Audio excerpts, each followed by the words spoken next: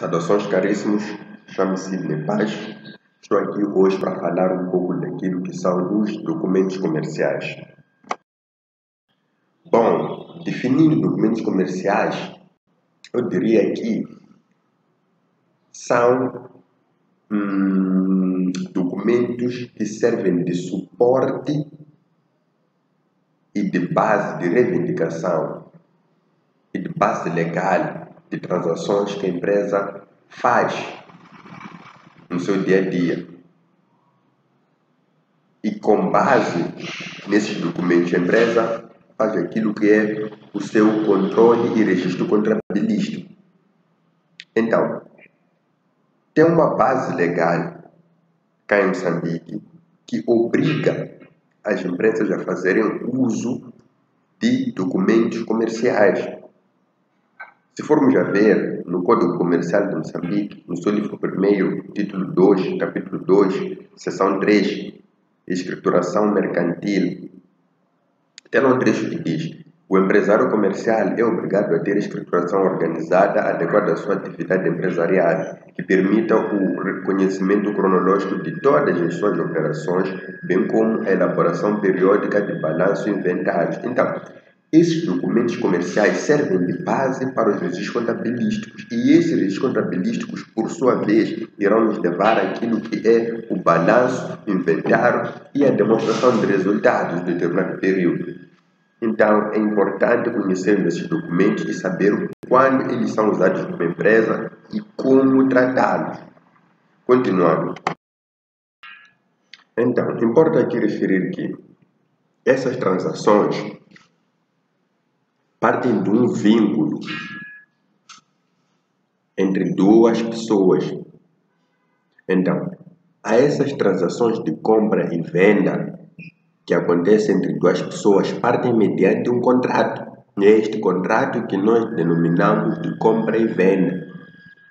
Indo para uma definição mais elaborada, diremos que o contrato de compra e venda é o contrato pelo qual um dos contraentes, vendedor, transmite ou transfere propriedade de um bem ou direito ao outrem, comprador, mediante o recebimento de uma soma monetária acordada por ambos. Então, no momento de transmissão de um bem, o vendedor e o cliente podem acordar a quem estarão sujeitas as despesas de transporte desse mesmo bem.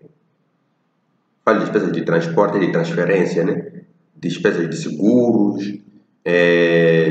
do transporte marítimo e aquelas outras taxas aduaneiras, etc, etc. Então, no momento da transação desse bem, isso já tem de estar claro quem vai pagar essas despesas. E existem termos que são usados nos contratos de compra e venda. Vamos aqui mencionar alguns que nos ajudam a perceber quando é que o comprador vai suportar essas despesas ou quando é que o vendedor se põe à parte e cobre essas despesas. Então, temos aqui o primeiro termo, que é o FAS, Free Along Ship, que é um termo que quer dizer que todas as despesas até ao porto de embarque são de responsabilidade do vendedor. Quer dizer, o vendedor vai arcar com as despesas todas até chegar ao porto de embarque.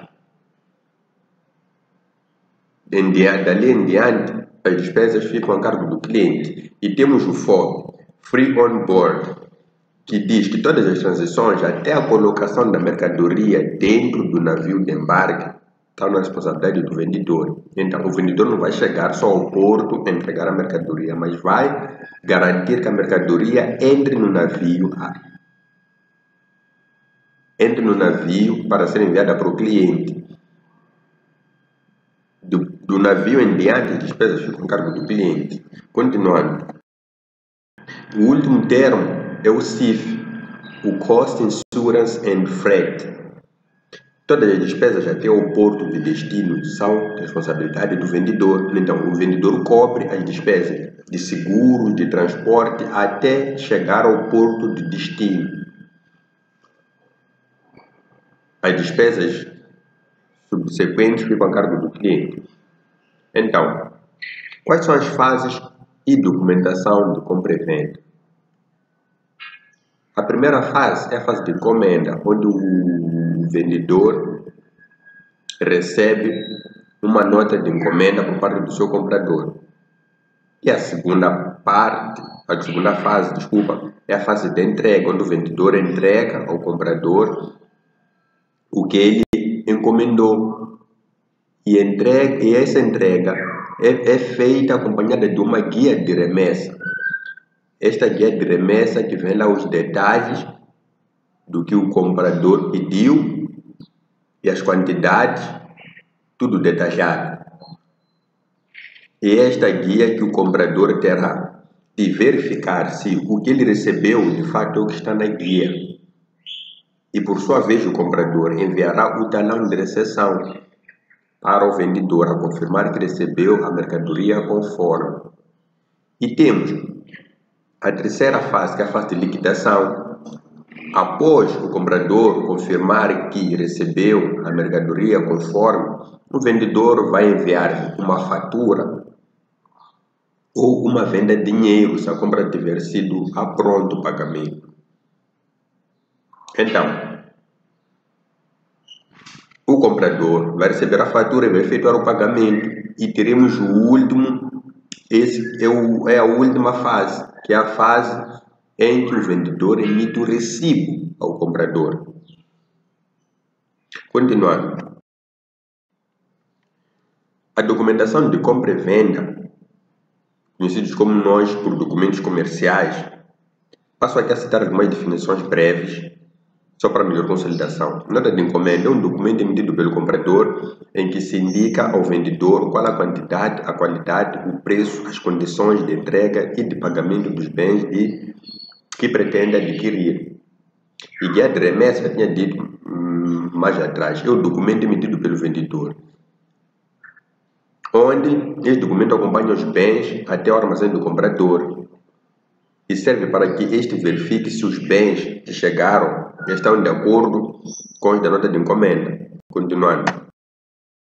Fatura. Fatura é o documento que o vendedor passa para o comprador, após dele confirmar que recebeu as mercadorias conforme. E recibo é o documento que vem confirmar que o comprador fez o pagamento do que está na fatura. Fatura-recibo é um documento emitido pelo vendedor nas vendas efetuadas a pronto pagamento. E temos a nota de débito, que tem como finalidade corrigir para mais o valor da fatura, ou seja, aumentar o valor da fatura. Isso acontece muitas vezes quando o vendedor comete um erro na fatura e precisa fazer um ajuste, aumentar o valor da fatura. Então ele manda uma nota de débito. E o inverso também pode acontecer. Vamos ver a seguir.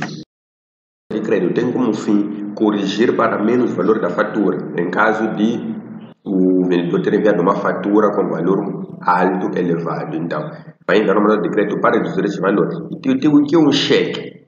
Porque o comprador pode decidir fazer o pagamento por cheque, fazer o pagamento por transferência.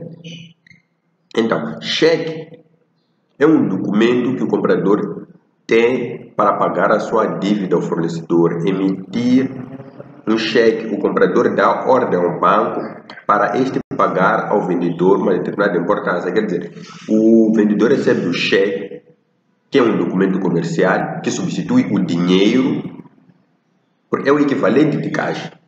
Então, este cheque vai ser levantado no banco e depositado. Vamos ao caso prático para melhor compreensão destes documentos comerciais. A Dress Olmos Limitada, boutique de moda, pretende incrementar o seu estoque de camisolas bordadas e blusas caicai. Para tal, efetuará a compra com a sua fornecedora Vestir Bem Limitada. Pretende preparação dos 4 documentos da fase de transação de compra e venda, na ótica do comprador e do vendedor. Continuando.